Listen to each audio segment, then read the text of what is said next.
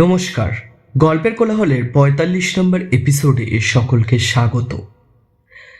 আজকে শনিবারের রাতে তোমাদের সকলের জন্য নিয়ে এসেছি একটি ভয়াবহ সত্য ঘটনা।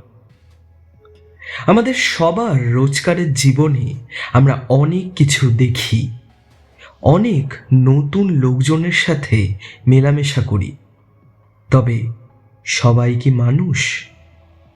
তাদের মধ্যে কিছুজন এমনও তো থাকতে পারে যারা এই জীবনের মায়া এখনো ত্যাগ করতে পারেনি। প্রতিনিয়ত তারা চেষ্টা করে চলেছে এই যন্ত্রণা থেকে মুক্তি পাওয়ার। তোমাদের কি মনে হয়? কমেন্ট করে জানিও শ্রোতা বন্ধুরা। আজকের এই ঘটনাটি পাঠিয়েছে পীযূষ। তোমরাও পাঠাতে পারো খুব সহজেই নিজের অভিজ্ঞতার ঘটনা বা গল্প আমাদের মেল আইডি golperkolahol@gmail.com-এ। ঘটনা ভালো লাগলে লাইক শেয়ার করে একটু সাপোর্ট করো, আর নতুন অলৌকিক সত্য ঘটনা মিস না করতে চাইলে সাবস্ক্রাইব করে নিও। পীযূষ ঠিক যেরকমভাবে আমাদের মেলে ঘটনাটি পাঠিয়েছে সেরকমটাই আমি পাঠ করে শোনাচ্ছি। আমি অয়ন আছি তোমাদের সাথে। শুরু করছি আজকের ঘটনা। আমি পীযূষ, তোমাদের চ্যানেলের একজন নিয়মিত শ্রোতা। লোধাশুলির যে ঘটনাটা তুমি ছেড়েছিলে সেটা ছিল আমার শোনা প্রথম ঘটনা। এখন অপেক্ষায় থাকি কখন নতুন ঘটনা আসবে তোমার গলায়। মনের মধ্যে কৌতূহল জাগে যে আবার নতুন কার সাথে কি ঘটনা ঘটলো তা জানতে পারবো। চোখ বন্ধ করে শুনতে শুনতে আমি নিজেই সেই ঘটনার ভেতরে ঢুকে যাই। কিন্তু আজকের এই ঘটনাটা আমার সাথে ঘটে যাওয়া এক ঘটনা। আমি কাউকে বলতে চাইনি, কিন্তু এখন এই চ্যানেলের ঘটনাগুলো শুনে আমারও নিজের এই অভিজ্ঞতাটার কথাটা বলতে ইচ্ছা হলো। ঘটনাটা যতবার মনে করি গায়ে কাঁটা দিয়ে ওঠে আমার। আজ এতদিন পর সাহস করে আমি ঘটনাটা তোমার কাছে লিখে পাঠালাম। এই ঘটনার কেন্দ্রবিন্দু ছিল একটা সাধারণ পুরনো বস্তা। তখন দুর্গাপুজো আসতে আর ১ মাস মতো বাকি। চারিদিকে কেনাকাটা আর মানুষের ভিড়। বড়বাজারে আমার বাবার শাড়ির দোকান। সেই দোকানে আমি বাবা দুজনেই বসি। পুজোর আগে কটা মাস ভালোই চাপ থাকে। দোকানে শাড়ি আনা থেকে শুরু করে কত কি শাড়ি বিক্রি হলো তার হিসেব রাখা। যেহেতু দোকানটা আমার ঠাকুরদাদার আমলের, তাই লোকজন ভালোই চেনে। আমাদের দোকানের নামটা গোপন রাখলাম। এখন বাবার বয়স হয়ে গেছে, তাই আর অত ধকল নিতে পারে না। দুর্গাপূজার সময় আর দিওয়ালির সময় দোকানে বেশ ভালোই ভিড় হয় বলে তখন দুজন লোক রাখি। পুজোর সময় সকালে বাবার সাথে আমি যাই। বাবা দুপুরে ফিরে আসে, কিন্তু আমি সেই দোকান বন্ধ করে রাতেই একবারে ফিরি। তখন সারাদিন দোকান খোলা রাখতে হয়। ঠিক এরকমই একদিন ২০২১ সালের পুজোর আগে ঘটেছিল এই ঘটনা। সারাদিন দোকানের ভিড় সামলানোর পর রোজ রাত 10:30 নাগাদ আমি ছেলেগুলোকে বলতাম বাড়ি চলে যেতে। অনেক পরিশ্রম করে ওরা। শুধু দোকানটা বন্ধ করার জন্য ওদেরকে আটকে রাখতাম না। সেদিনও ওরা 10:30 বাজতেই চলে গেছিল। আমার একটু দোকানের হিসেবপত্তর মেলাতে দেরি হয়ে যায়। আশেপাশের সব দোকানই মোটামুটি বন্ধ হয়ে গিয়ে ফাঁকা হয়ে গেছিল রাস্তা। দোকান বন্ধ করে ফাঁকা রাস্তা দিয়ে হাঁটা শুরু করি। সেদিন আমার এক বন্ধুকে বলেছিলাম হাওড়া স্টেশনের কাছে আসতে। ও ওই দিক দিয়ে বাড়ি ফেরে, তাই ওকে বলেছিলাম আমায় একটু বাড়ি নামিয়ে দিতে। অতটা আমি হেঁটেই চলে যাব ভেবেছিলাম। সেদিন শরীরটা খুব ক্লান্ত লাগছিল। কোনো রকমে হাঁটছিলাম। হঠাৎ একটা আওয়াজ শুনতে পাই। দাঁড়িয়ে পড়ে আশেপাশে তাকাই, কিছুই দেখতে পাই না। আবার একটু এগোতেই শুনতে পাই ওই একই আওয়াজ। ভালো করে শোনার চেষ্টা করি। শব্দটা আবার হয়, ঠিক কিরাম যেন একটা, কোনো কুকুর বা বিড়ালের নয়। আমি আবার দেখি যে কোথাও কেউ পড়ে গেছে নর্দমায় বা কিছু হয়তো বেরোতে পারছে না। কিছুক্ষণ সেখানে দাঁড়িয়ে থাকার পর শব্দটা আর কানে আসে না। আমি আবার হাঁটা শুরু করি, আবার শব্দটা শুরু হয়। এবার আমি ঘুরতেই দেখি একটা কালো বেড়াল রাস্তার মাঝখানে বসে রয়েছে, আমার দিকে তাকিয়ে ডাকছে। আমি ভাবি যে ওর কি কোনো বাচ্চা পড়ে গেছে কোথাও। বেড়ালটা এক দৃষ্টিতে আমার দিকে তাকিয়ে কিরম বিচ্ছিরিভাবে ডাকতেই থাকে, তারপর হঠাৎ চলে যায় বাঁদিকের রাস্তায়। আমিও ওর পেছনে যাই। এবার লক্ষ্য করি ওর পেছনে যত এগোচ্ছি তত শব্দটা বাড়ছে। দেখি বিড়ালটা একটা অন্ধকার জায়গায় গিয়ে দাঁড়িয়ে পড়ে। আমি একটু এগোতেই আমার নাকে লাগে ভীষণ পচা একটা দুর্গন্ধ। কোনো কিছু মরে গেলে যখন সেটা পচতে শুরু করে ঠিক সেরকম পচা গন্ধ। আমি নাক টিপে এগিয়ে দেখার চেষ্টা করি যে বিড়ালটা কোথায় গেল। কিচ্ছু দেখতে পাই না অন্ধকারে। ফোনের ফ্ল্যাশটা জ্বালাতেই দেখতে পাই বিড়ালটা একটা নীল রঙের বস্তার পাশে বসে রয়েছে। বস্তাটা দেখে মনে হলো কেউ হয়তো নোংরা ফেলে গেছে ওই বস্তা করে। কিছুক্ষণ বস্তাটার দিকে তাকিয়ে থাকতে থাকতে আমি শুনলাম সেই শব্দ যেটা আমার কানে এতক্ষণ আসছিল, আর শব্দটা আসছে বস্তার ভেতর থেকে। তখন আমি দেখি বস্তাটা যেন হালকা নড়ে উঠল। আমি আর এক মুহূর্ত না দাঁড়িয়ে সেখান থেকে ছুটতে শুরু করি, আর পেছনে ঘুরে তাকাই না। আমার ভয় করতে শুরু করে। আমি ছুটতে ছুটতে হাওড়া ব্রিজের কাছে আসি। তারপর কোনো রকমে হেঁটে যখন হাওড়া স্টেশনের কাছে যাই, দেখি আমার বন্ধু দাঁড়িয়ে রয়েছে। আমার এরম অবস্থা দেখে সে জিজ্ঞাসা করে যে কি হয়েছে। আমি সব বলি তাকে। সব শুনে সে ওই জায়গায় যেতে চায়, কিন্তু আমি বারণ করি এই বলে যে অনেক রাত হয়েছে, বাড়ি যেতে হবে। সেদিন রাতে বাড়ি ফিরে যাই। পরের দিন আবার দোকানে আসি, কিন্তু গতকাল রাতের কথাটা কাউকে কিছুই জানাই না।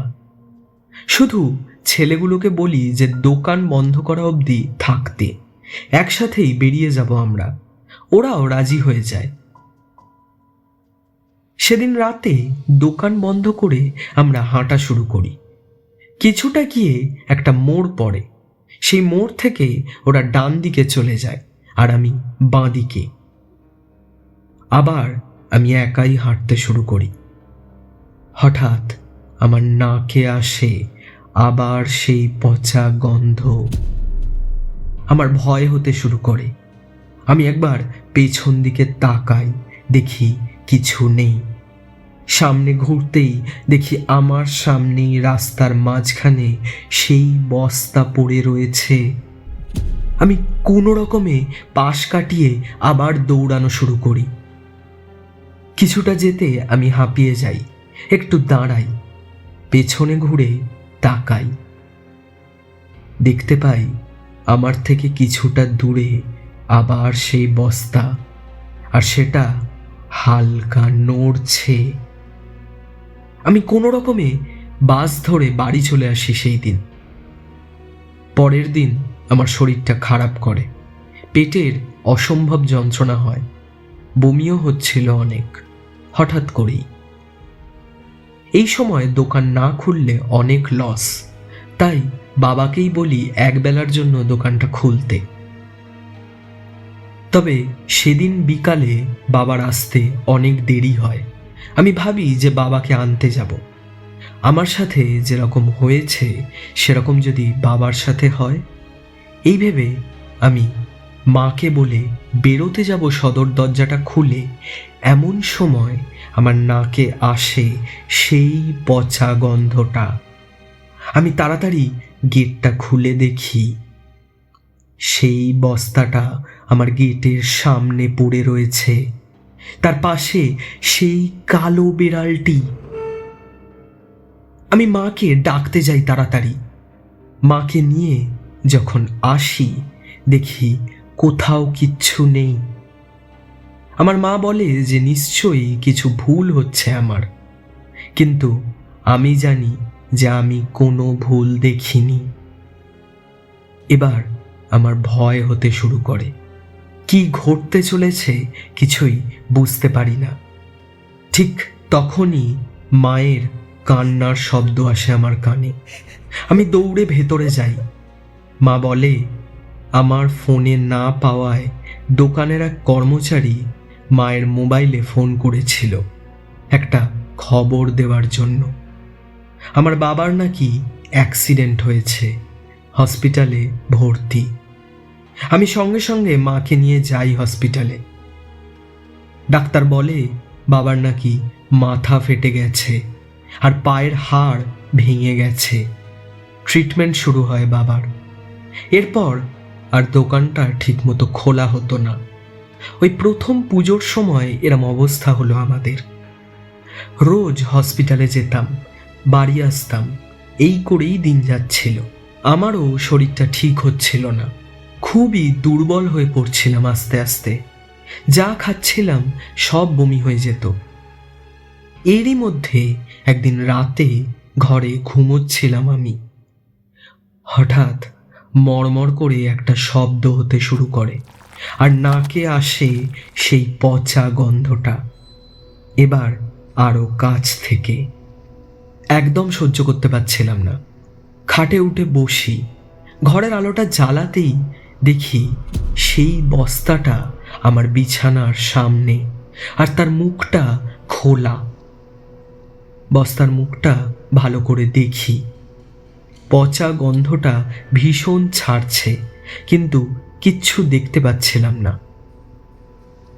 নাকটা চেপে ধরে কোনো রকমে বস্তার মুখটা আরো খুলি।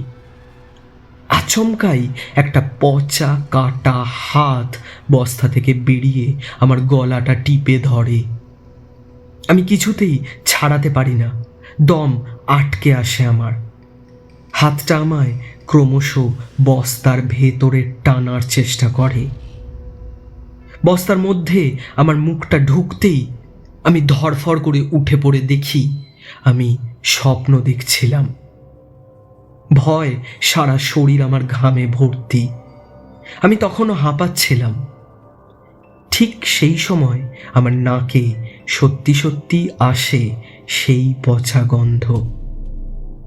আমি উঠে ঘরের লাইটটা জ্বালাই, কিন্তু কিচ্ছু নেই। আমি যে ভুল করছি না সেটা আমি বুঝতে পারি, কারণ সারা ঘরে তখন সেই গন্ধটা ছড়িয়ে রয়েছে। কিন্তু কোথায় সেই বস্তা? আমি সারা ঘরে দেখতে পাই না। তৎক্ষণাৎ একটা খসখস শব্দ আসে আমার কানে। শব্দটা ঠিক মেঝেতে বস্তা ঘষার শব্দ। খেয়াল করি শব্দটা আসছে আমার বিছানার তলা থেকে। আমি আস্তে আস্তে বিছানার তলাটা দেখতে যাই। ঠিক তখনই চাদরটা সরাতেই আমার গা গুলিয়ে ওঠে। কোনো রকমে দেখি বিছানার তলায় রয়েছে সেই বস্তা। কোথা থেকে যে এলো এই বস্তা আমি বুঝতে পারি না। আমার স্বপ্নের কথা মনে পড়ে যায়। ভয়তে আমি বস্তাটা বারও করতে পারি না। তারপর আমার মনকে শক্ত করে আমি বস্তাটা টেনে আনি। ঠিক তখনই আমার ঘরের লাইটটা অফ হয়ে যায়। জানলার বাইরে দেখি আলো জ্বলছে। সেই আলোতেই আমি দেখি বস্তার মুখটা খোলা।